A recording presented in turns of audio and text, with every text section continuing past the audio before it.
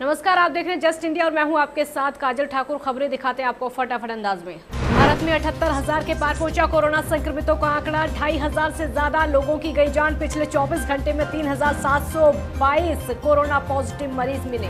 महाराष्ट्र के औरंगाबाद में कोरोना का कहर, 55 नए मरीज आए सामने। कुल मरीजों का आंकड़ा पहुंचा 26,000 के करीब। उत्तर प्रदेश में 28 नए मामले आए सामने। सबसे ज्यादा 9 मरीज लखीमपुर खीरी में मिले। प्रदेश में 3,758 मरीजों का आंकड़ा। दिल्ली पुलिस के जवानों को भी अपनी चपेट में लेने लगा कोरोना वायरस। उत्तम नगर थाने के एसएचओ कोरोना पॉजिटिव। 6 पुलिसकर्मियों को किया गया क्वारंटाइन। देश में कोरोना से ठीक होने की दर बढ़ गई है। स्वास्थ्य मंत्री डॉक्टर हर्षवर्धन ने दी जानकारी। महाराष्ट्र बना कोरोना कैपिटल। एक दिन में रिकॉर्ड 1,495 लोगों में कोरोना की पुष्टि। 54 लोगों की हुई मौत। मुंबई के धारावी में 61 नए कोरोना के मरीज मिले। कोरोना के कुल मरीजों की संख्या 1,028 हो चुकी। मध्य प्रदेश में एक दिन में आए 187 नए मरीज। एमपी के 42 जिलों में कोरोना। गुजरात में कोरोना मरीजों का आंकड़ा पहुंचा 9,268। एक दिन में कोरोना वायरस के 364 नए मरीज। राजस्थान में कोरोना के 202 नए मामले। प्रदेश में 4,328 लोग कोरोना संक्रमित। स्वास्थ्य विभाग की बड़ी चिंताएं। हिमाचल प्रदेश के सिरमौर जिले में 30 साल की महिला और उसकी बेटी कोरोना पॉजिटिव। प्रदेश में कोरोना संक्रमितों का आंकड़ा बढ़कर 71। आगरा में कोरोना का कहर जारी। 8 नए मामले आए सामने। आगरा के 785 मरीजों में से 25 की हुई मौत। नोएडा में कोरोना के 6 नए मामले आए सामने तो गाजियाबाद में मिले 2 नए मरीज। नोएडा में कोरोना संक्रमण का आंकड़ा 236 तक पहुंचा। कोरोना के बढ़ते आंकड़ों की वजह से मेरठ प्रशासन ने उठाया सख्त कदम। शहर में एक दिन के लिए लागू किया गया पूर्ण लॉकडाउन। मध्य प्रदेश के गुना में मजदूरों को लेकर जा रही बस और ट्रक में टक्कर। दर्दनाक हादसे में 8 मजदूरों की हुई मौत। यूपी के मुजफ्फरनगर में भी हुआ दर्दनाक सड़क हादसा। रोडवेज की बस ने 10 मजदूरों को कुचला। 6 की मौके पर ही मौत। कर्मचारियों के ईपीएफ पर केंद्र सरकार का बड़ा ऐलान। 15,000 से कम वेतन वालों का पीएफ अगले 3 महीने तक केंद्र सरकार देगी। वित्तीय वर्ष 2020-21 के लिए टीडीएस में 25% की कटौती। जनता को मिलेगा 50,000 करोड़ का लाभ। केंद्र सरकार ने इनकम टैक्स रिटर्न भरने की तारीख बढ़ाई। 30 नवंबर तक भरा जा सकेगा इनकम टैक्स। वित्त मंत्री निर्मला सीतारमण का छोटे उद्योगों के लिए 6 बड़े कदम का ऐलान। बिना गारंटी 3 लाख करोड़ का मिलेगा लोन। संकट में फंसे लघु उद्योगों के लिए 20,000 करोड़ रुपए का ऐलान। 2 लाख लघु उद्योगों को इसका लाभ मिलेगा। आत्मनिर्भर भारत के लिए केंद्र सरकार का बड़ा फैसला। 200 करोड़ के टेंडर में सिर्फ भारतीय कंपनियां लेंगी हिस्सा। कोरोना काल में सरकार ने बिल्डर्स को दी बड़ी राहत। प्रोजेक्ट पूरा करने की समय सीमा 6 महीने तक बढ़ाई गई। वित्त मंत्री निर्मला सीतारमण के ऐलान के बाद पीएम मोदी का ट्वीट। पीएम ने लिखा, घोषणाएं उद्यमियों को बनाएंगी मजबूत। कोरोना से लड़ाई के लिए प्रधानमंत्री केयर फंड से 3,100 करोड़ किए गए आवंटित। महामारी से लड़ने में होगी मदद। आर्थिक पैकेज पर सवाल उठाने वालों पर बाबा रामदेव का निशाना। कहा, कुछ लोगों की आदत है बेवजह विरोध करना।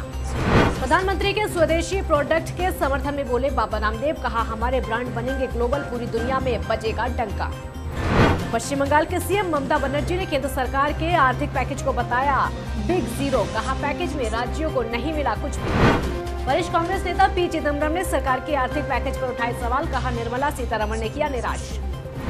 मध्य प्रदेश के सीएम शिवराज सिंह चौहान ने आर्थिक पैकेज की सराहना की। कहा, मध्य वर्ग को मिलेगी राहत।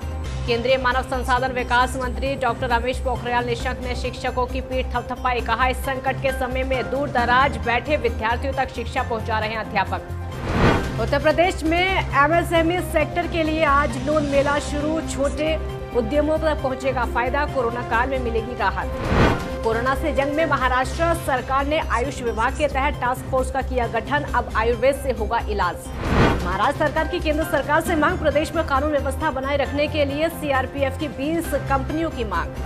कांग्रेस महासचिव प्रियंका गांधी ने सीएम योगी को लिखी चिट्ठी। छोटे मध्यम व्यापारियों, किसानों और संविदा कर्मियों को राहत देने की मांग। विदेशी जमाती पर क्राइम ब्रांच का एक्शन। 700 विदेशी जमाती के एयरपोर्ट और ट्रेवल डॉक्यूमेंट जब्त। श्रमिक स्पेशल और राजधानी स्पेशल ट्रेन चलाने के बाद अब देश भर में मेल एक्सप्रेस ट्रेन चलाने की तैयारी में रेलवे विभाग। 22 मई से चलने वाली ट्रेनों में वेटिंग टिकट भी होगा मान्य। तत्काल और प्रीमियम की सुविधा फिलहाल शुरू नहीं की गई। यूपी हरियाणा बॉर्डर पर मजदूरों का नीतीश सरकार के खिलाफ प्रदर्शन। घर वापसी को लेकर कोई भी व्यवस्था नहीं करने का आरोप लगाया। दिल्ली के अजमेरी गेट स्टेशन पर अफरा तफरी। स्टेशन पर पहुंचे लोगों को भारी परेशानी। सोशल डिस्टेंसिंग का किया गया उल्लंघन। शराब घोटाले में हरियाणा पुलिस की बड़ी कार्रवाई। जेजेपी नेता और पूर्व विधायक सतविंदर राणा गिरफ्तार। लॉकडाउन में शराब तस्करी के आरोप। हरियाणा के सीएम मनोहर लाल की बड़ी घोषणा। हरियाणा में शुक्रवार से शुरू होंगी रोडवेज की बस सेवाएं। रोजाना 2 से 4 बसें चलेंगी।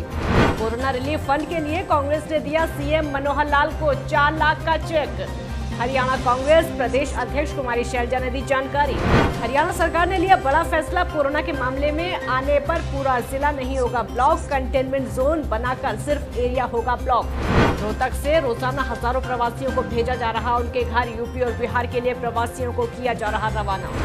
रादौर में कोरोना के साथ अब मलेरिया की रोकथाम के लिए उठाए जा रहे कदम। मलेरिया से प्रभावित होने वाले गाँव पर रखी जा रही नजर। कुरुक्षेत्र निकास बोर्ड ने 70 कर्मचारियों को हटाने का सुनाया फरमान। कार्यालय के बाहर धरने पर बैठे कर्मचारी। सोशल मीडिया पर सिख समुदाय के खिलाफ टिप्पणी करने से भड़के सिख शिरोमणि गुरुद्वारा प्रबंधक कमेटी हरियाणा ने की कार्रवाई की मांग।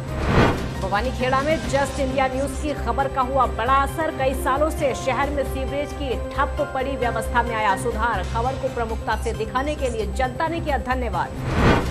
चौहाना की सब्जी मंडी में बड़ी भीड़। स्वास्थ्य विभाग की बड़ी चिंता। मंडी में नहीं हो रहा नियमों का पालन। जनता भगवान के भरोसे।